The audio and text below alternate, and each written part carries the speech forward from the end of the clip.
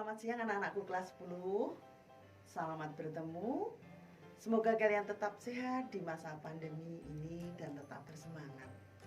Kali ini kita akan belajar tentang penulisan sejarah. Anak-anakku yang ada di rumah, ketika kita belajar tentang penulisan sejarah, itu ada beberapa langkah. Ya, tetapi sebelum Ibu jelaskan pendahuluan tentang penulisan sejarah, kalian siap belajar hari ini? Baik, kalau kalian sudah siap, silahkan berdoa menurut agama dan keyakinan masing-masing. Berdoa kami persilahkan. Cukup.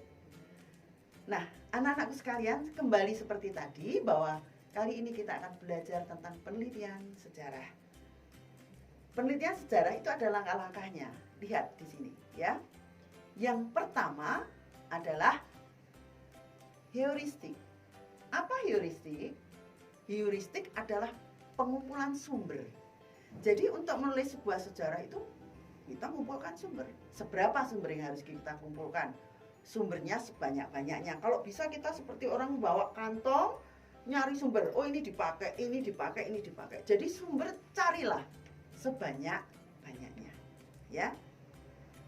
Nanti setelah sumber kita dapatkan sebanyak-banyaknya, langkah yang kedua adalah verifikasi. Apa verifikasi?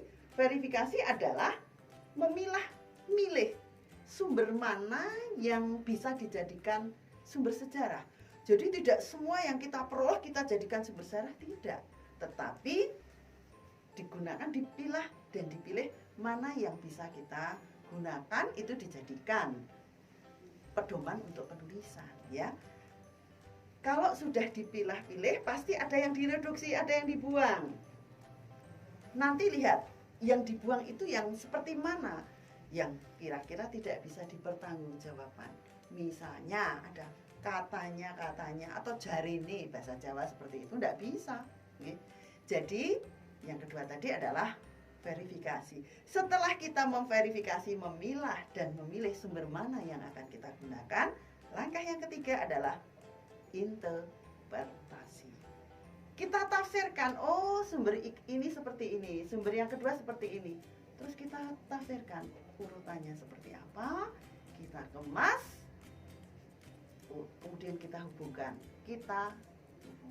Setelah langkah yang ketiga, langkah yang keempat di dalam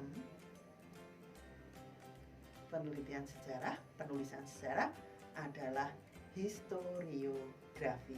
Apa historiografi? Apa yang kita interpretasikan, kita tulis. Jadilah penulisan sejarah. Jelas ya anak-anak? Yang di studio maupun yang ada di rumah. Nah, yang akan kita pelajari kali ini terutama berfokus pada sumber sejarah. Pada sumber sejarah. Yang pertama, langkah yang pertama yaitu sumber sejarah. Sumber sejarah, kalau kita lihat di PowerPoint ini, bisa digolongkan menjadi dua. Satu, berdasarkan sifatnya. Berdasarkan sifatnya itu ada dua, primer dan sekunder.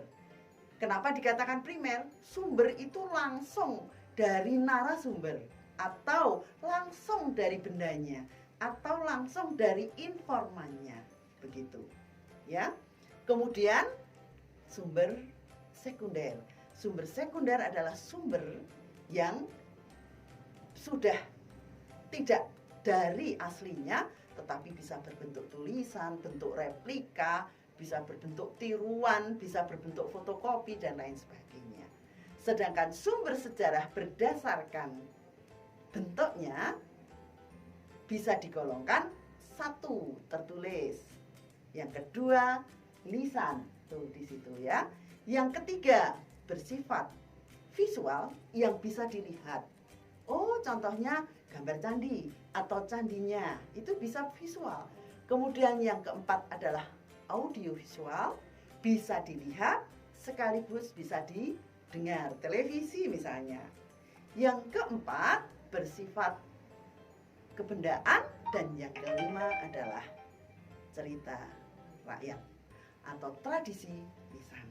Itu tentang sumber sejarah. Nah, anak-anakku sekalian, supaya lebih paham, mari kita akan undang anak-anakku untuk masuk ke studio, beberapa anak teman kalian yang ingin menjelaskan tentang sumber sejarah. Tetapi sebelumnya, jika nanti kesulitan, silahkan WA boleh, ya, Japri pada Bu Erna mana yang belum jelas. Selamat siang, pengantar dari saya sebelum kita memasuki pelajaran yang sesungguhnya. Selamat siang anak-anakku. Ya. Gimana kabarnya? Alhamdulillah baik. Syukur. Kita tetap harus semangat di masa pandemi ini. Nah, anak-anakku yang ada di rumah, kali ini bersama teman-temanmu di studio akan mempelajari tentang sumber sejarah. Jadi sumber sejarah itu bagian dari langkah penelitian sejarah, penulisan, yaitu langkah yang pertama, ya kan? Langkah pertama adalah mengumpulkan sumber, yang kedua adalah verifikasi, ketiga interpretasi, keempat adalah historiografi penulisan. Nah, kali ini secara khusus kita akan belajar tentang sumber sejarah. Sumber sejarah itu digolongkan berapa? Dua. Yang pertama berdasarkan sifatnya, yang kedua dan berdasarkan bentuk. Berdasarkan bentuk kan?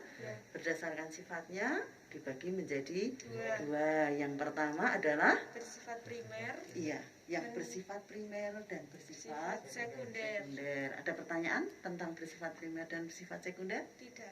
Tidak? Adi mau tanya? Tidak. Kalau kamu tidak bertanya, Bu Erna yang mau tanya. Kenapa kok sumber itu dikatakan bersifat primer? Siapa yang jawab? Saya. Oke. Karena benda itu atau sumber itu bersifat asli atau tidak duplikasi dari aslinya. Baik, ya. Kenapa disebut primer? Karena itu sumber itu asli. Kalau toh lisan ya dari narasumber. Kalau toh kebendaan ya bendanya itu, ya. Jadi sumber itu asli, atau maka orang mengatakan bersifat primer. Sedangkan selebihnya dikatakan sumber sekunder. Apakah ada sumber tersier dan kuarter? Ada tentunya, tetapi sering di dalam penulisan sejarah itu tidak dipakai. Kenapa ya kok tidak dipakai kira-kira? Karena Diragukan ya, diragukan atau sudah ada subjektivitas dari yang menceritakan. Nah, anak-anakku sekalian, di sini Bu Erna tadi katakan bahwa sifatnya ada dua, yaitu primer dan sekunder. Berdasarkan bentuk, kita memiliki berapa? 6. Apa yang satu, Riz? Bersifat tertulis, Lisan, visual, audiovisual, tradisi lisan, dan kebendaan. Baik, ya ada 6. Saya ulangi. Yang pertama adalah lisan, ya. Lisan itu biasanya dari apa? Wawancara dengan pelaku sejarah. Bisa itu, ya. Itu sumber lisan. Bisa juga lisan tetapi direkam. Bisa sumber lisan. Yang kedua adalah sumber tertulis segala sesuatu yang bisa menginformasikan tentang peristiwa sejarah yang ditulis namanya sumber tertulis. Yang ketiga, visual. Apa yang dimaksud visual? kita melihat. Iya, melihat. Kalau contohnya tahu nggak? Kalau visual itu contoh sumber yang dijadikan sumber sejarah merupakan visual, itu contohnya seperti apa? Kita melihat langsung Bendanya. Iya, contoh. Kita melihat foto. Oh iya, boleh. Foto juga bisa. Foto bisa visual, gambar bisa visual, tetapi bersifat sekunder, ya. Kenapa bersifat sekunder? Karena tidak langsung. Karena tidak asli gitu. Itu tadi bersifat visual. Yang keempat adalah audiovisual. Audio didengar, visual dilihat. Apa biasanya? Kesenian. Televisi, ya. Baru-baru saja ada peristiwa. Mungkin ini dijadikan materi sumber belajar, sumber sejarah untuk mempelajari tentang terkait dengan PKN, dengan adanya Undang-Undang Cipta Karya, ya, Cipta Kerja. Nah, itu kita bisa lihat dari rapat paripurna DPR yang bisa ditayangkan di televisi. Itu merupakan sumber audio dan visual. Yang keempat, tradisi lisan. Contohnya apa? Saparan. Iya, saparan. Terus merti deso, ya. Ini samparan segala sesuatu. Ada lagi loh. Misalnya di daerahmu itu sering, oh nang kono kae, oh di sana itu merupakan tempat yang angker. Nah, sampai diakui oleh masyarakat sekitarmu bahwa di situ merupakan tempat yang angker, itu bisa.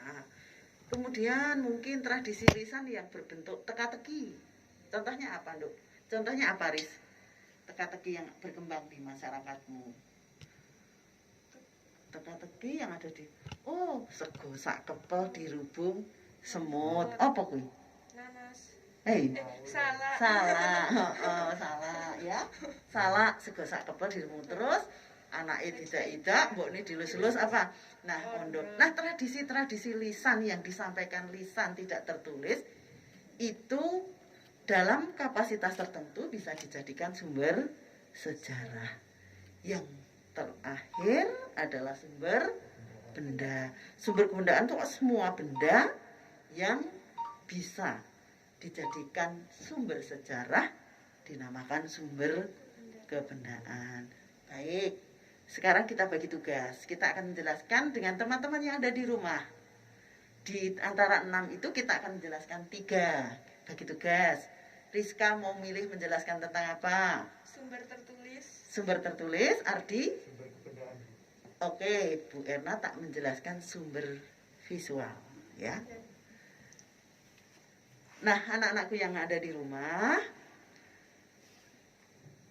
kita mempelajari tentang sumber sejarah. Bu Erna dapat bagian menjelaskan tentang sumber visual, sumber yang bisa dilihat. Misalnya, saya menulis tentang Borobudur. Kenapa saya mengatakan Borobudur? Borobudur yang terdekat ataupun kerajaan Hindu. Sumber visual itu bisa kalian saya ajak. Sumber visual, saya melihat ini. Ini kan gambar Candi Borobudur, ya kan? Nah, di sini visual karena kita bisa melihatnya. Sumber visual di sini tapi bersifat apa? Sekunder. Sekunder. Kenapa sekunder? Karena tidak langsung. Nggak bisa. Kita bisa megang gambar.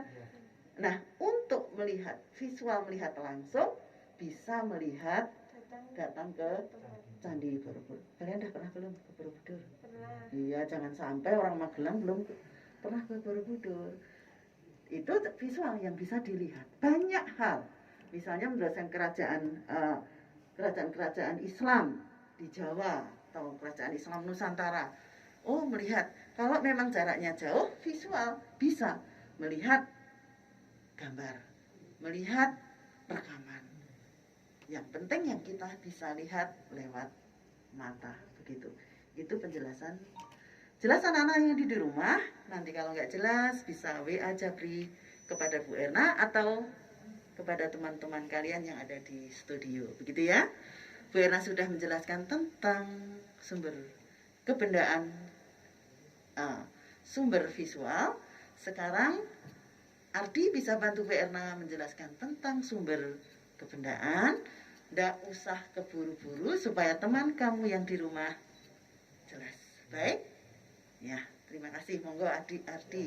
Seperti yang dijelaskan Bu Irna, sumber sejarah digolongkan menjadi 2, yaitu sumber berdasarkan sifatnya dan berdasarkan macamnya. Berdasarkan sifatnya dibagi menjadi 2, yaitu bersifat sekunder dan bersifat primer. Dan yang berdasarkan macamnya dibagi menjadi 6, yaitu tulisan, lisan, visual, audiovisual, tradisi lisan, dan sumber kebendaan. Dan di sini saya akan menjelaskan tentang sumber kebendaan. Sumber kebendaan adalah sumber-sumber informasi yang kita dapat dari suatu benda. Dan di sini saya sudah membawa dua contoh, yaitu miniatur stupa Candi Borobudur dan Candi Prambanan. Jika dilihat dari macamnya, dari sifatnya, kedua contoh ini termasuk ke dalam sumber sekunder karena karena kedua miniatur ini tidak asli atau hanya miniatur. Kalau kita mau ke sumber primernya gimana caranya? Kita bisa datang langsung ke tempatnya, Bu. Iya. Dan jika dilihat berdasarkan macamnya, ini termasuk ke dalam sumber kebendaan karena secara tidak langsung kedua miniatur ini memberikan informasi atau gambaran kepada kita bagaimana bentuk stupa Candi Borobudur dan bentuk Candi Prambanan yang asli. Sekian, terima kasih. Ya, Ardi, kalau kita melihat ini kan miniatur replika ya. Berarti kalau kita melihat sumber benda yang lain bisa dong?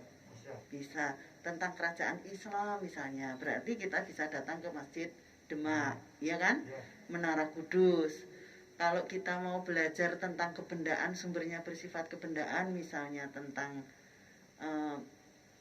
prasasti, kita punya yang terdekat mana? Tukmas, benar ya. Kalau kita mau belajar tentang Hindu, kebendaan yang terdekat adalah kita belajar ke Candi Umbul yang paling dekat. Ini terkait dari penjabaran Ardi tentang sumber benda. Nah, anak-anak yang di rumah, baru saja teman kalian Ardi menyampaikan tentang sumber kebendaan.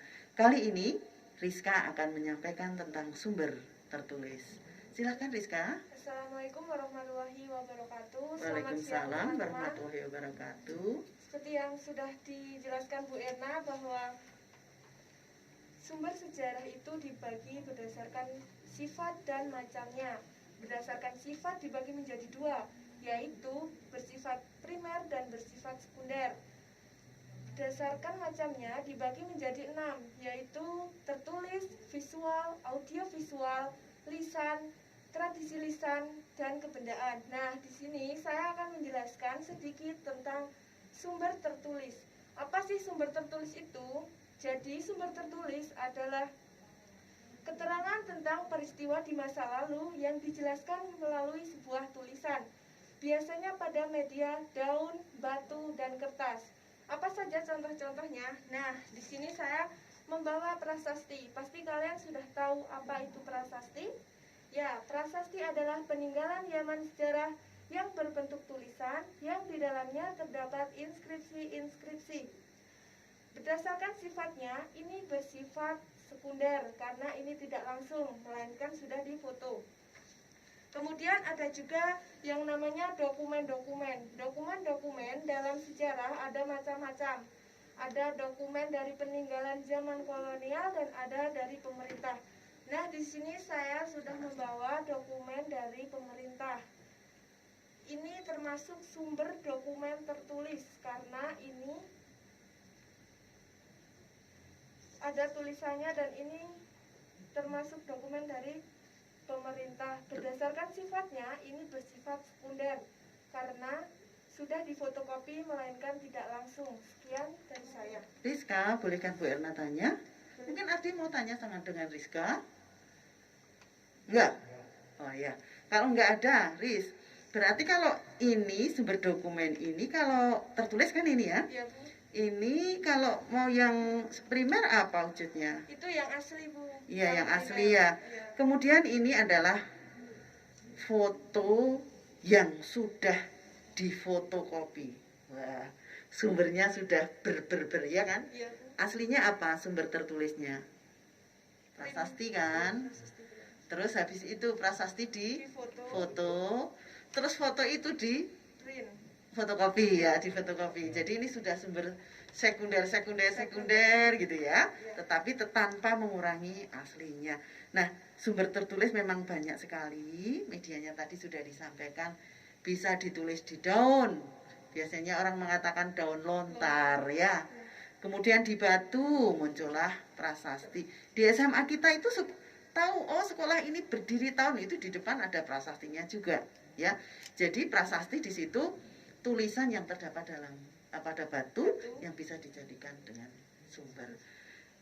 Anak-anakku yang ada di studio maupun yang di rumah, baru saja teman kita sudah menjelaskan tentang sumber sejarah berdasarkan bentuk, di situ kebendaan, dan berdasarkan sifat sekaligus, bersifat primer dan sekunder.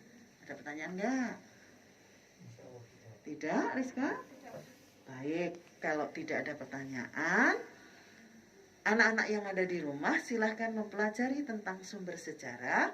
Nanti pertemuan yang akan datang, kita latihan soal secara khusus tentang sumber sejarah.